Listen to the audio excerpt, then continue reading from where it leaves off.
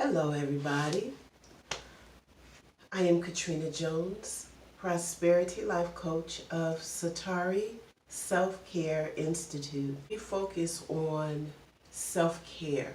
What is considered good health? I will be looking at my notes from time to time.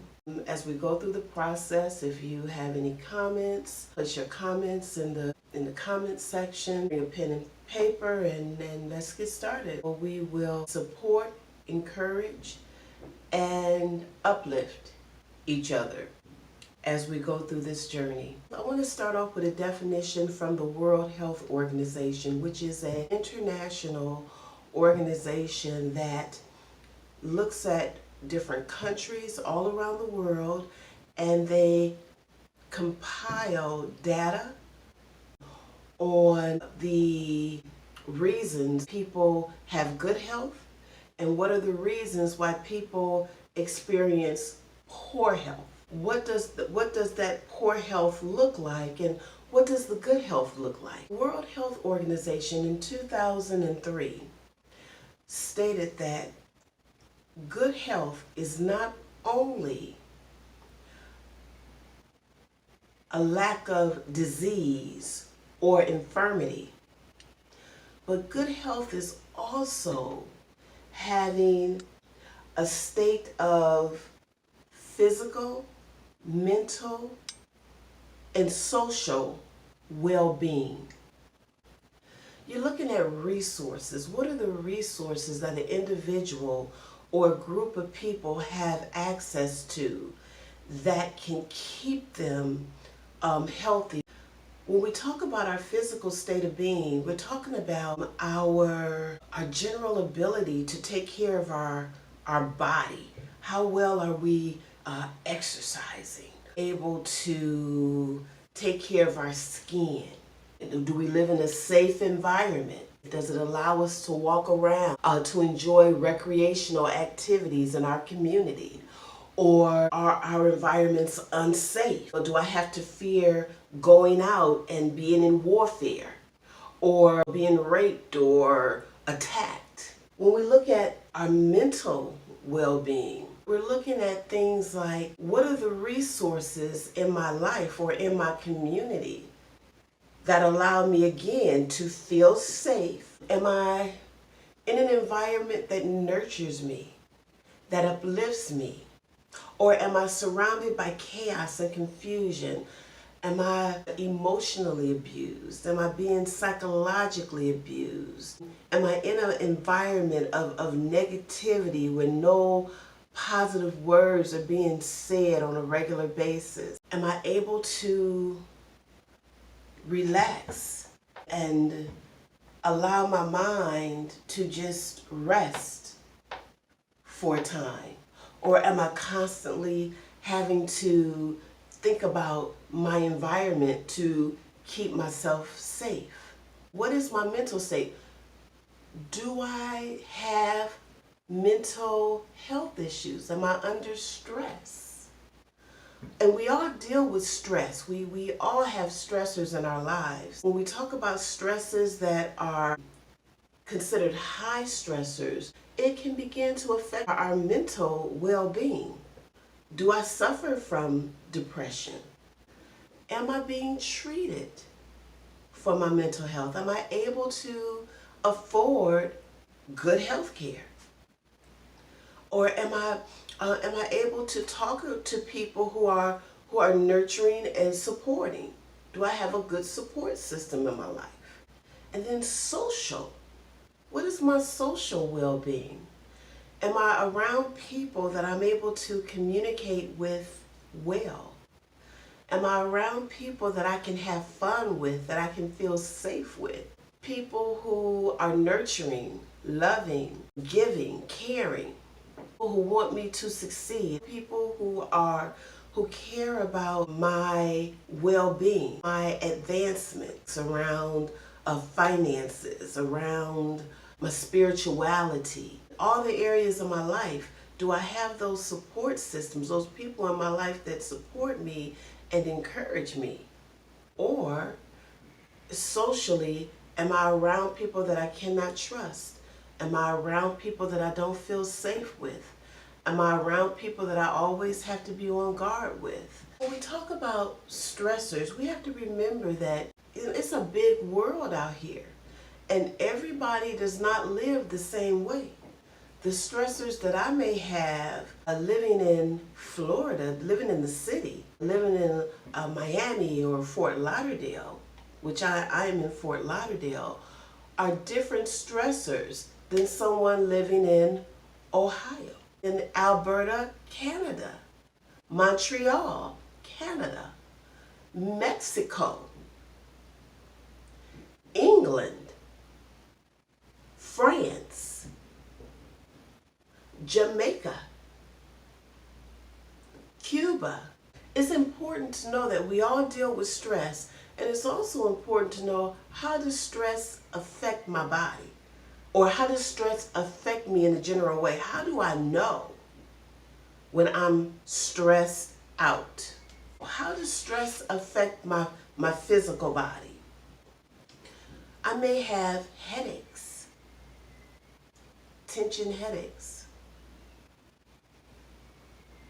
back of my head. I may be tense. My daughter, recently she's been moving and under a tremendous amount of stress, and she told me one day, she says, Mom, she said, I realized that my shoulders were like this, and I knew that I just needed to relax myself. So, where do you hold your stress? Do you hold it in your shoulders? Do you hold it up here in your brow? Do you hold it in your back? Where do you feel your stress at? It could be fatigue, being tired all the time. Frequent infections, being sick all the time. Skin irritation can be a sign of stress. So those are just a few ways that stress can affect the physical body. So let's look at ways that stress can affect our mental, our mind. Worrying all the time, negativity, being negative all the time. Oh, that's never gonna work out. Nothing good ever happens to me. You can't do that. I don't even know why you're trying. You'll never succeed. That's negativity, stress. Those are stressors. Nightmares, making decisions, halty decisions, quick decisions. Emotionally, how does stress affect my body? When I'm stressed out, I don't feel as good about myself, as confident in my abilities as I feel when I'm feeling healthy and I'm feeling refreshed. Depression, irritability, I'm fussy, I'm more argumentative. I'm apprehensive to make decisions. And let's talk about behavior, how we may behave when we're stressed out. We may have a loss of appetite, don't want to eat. We may become more accident prone. We may drink more. Loss of sexual desires. We may smoke more. We may have insomnia, be restless. So those are just a few ways that we behave when we feel stressed out. We may be more standoffish, where typically we may want to socialize and be around people. We may not want to be around people. Again, we may become more argumentative, more combative. It's important for us to pay attention to how our body feels when we feel good, when we feel refreshed, and how our body reacts to stress. Stress is the natural changes that our bodies go through when it feels like it's dealing with change. Our body is changing all the time, but depending on the type of changes will depend on the level of stress we experience.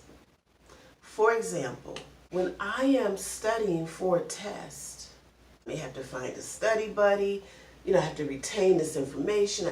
I've got to either be able to verbalize this information, or I've got to be able to write it down, or I have to be able to demonstrate that I comprehend this information.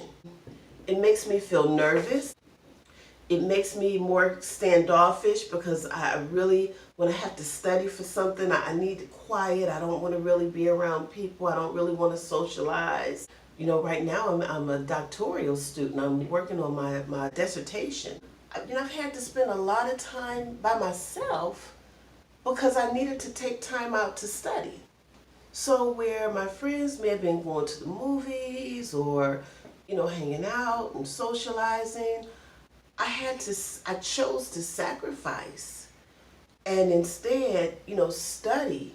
And then that was a type of stressor. But for me, it was a good stressor because I knew what the end consequence would be, that I would have this degree that I wanted. But it was a change. My body had to experience me doing things differently than I had done before. Once I achieved the goal of completing my studies, that I would be able to go back to a different type of normalcy where I would be able to socialize more and do things that I enjoy and have fun. But it was a stressor. Going through a divorce, going through a domestic situation, girlfriend and boyfriend, mates splitting or divorcing, very high stressor. You've been in this relationship with this person and now the relationship is ending, and then both parties are able to be cordial. There's still an amount of stress in that because now both people have to figure out a new type of normal. Typically you have to split resources, you're going to get the house, who's going to pay these bills. If the two parties are not getting along, and then if there are children involved, then the stress just goes up and up and up and up and up. So, those are just examples of stressors. Now, there are happy stressors as well. Getting married. It's a very major stress. There's a lot of preparation that has to be done. There's a lot of coordination between two families that typically that may not know each other, that may have different values, different cultures, different ways of doing things. It can be very stressful, although it's a happy time. There's a lot of changes taking place. Stress can happen to us externally, and those are some external stressors, but there are internal stressors that can happen to us as well. When we get ill, when we develop a virus, when we get sick, that's our body trying to fight off different bacteria or different organisms that are invading our body. So internally, our body is going through some changes, and it can result in us having runny noses, headaches, fatigue, other symptoms as well, all depending on what the condition is that we're dealing with. The point is, we owe it to ourselves to figure out what are some of the stressors taking place in our lives, and what is my quality of life? Ask yourself these questions and pay attention to how things make you feel. Am I drinking enough water throughout my day? Water can affect the way our skin looks. Water can affect the way we feel, actually. So how much clean, fresh water am I drinking? How often am I exercising? Am I exercising 2 to 3 times a week? What does that look like? What type of exercises are my doctor recommending that I do to stay healthy, to be healthy? How am I speaking to myself? Am I nurturing myself, loving myself by speaking positive words? Are other people in my life, are they being kind to me? Are they acknowledging me positively with their words and with their behaviors? How am I showing up for myself?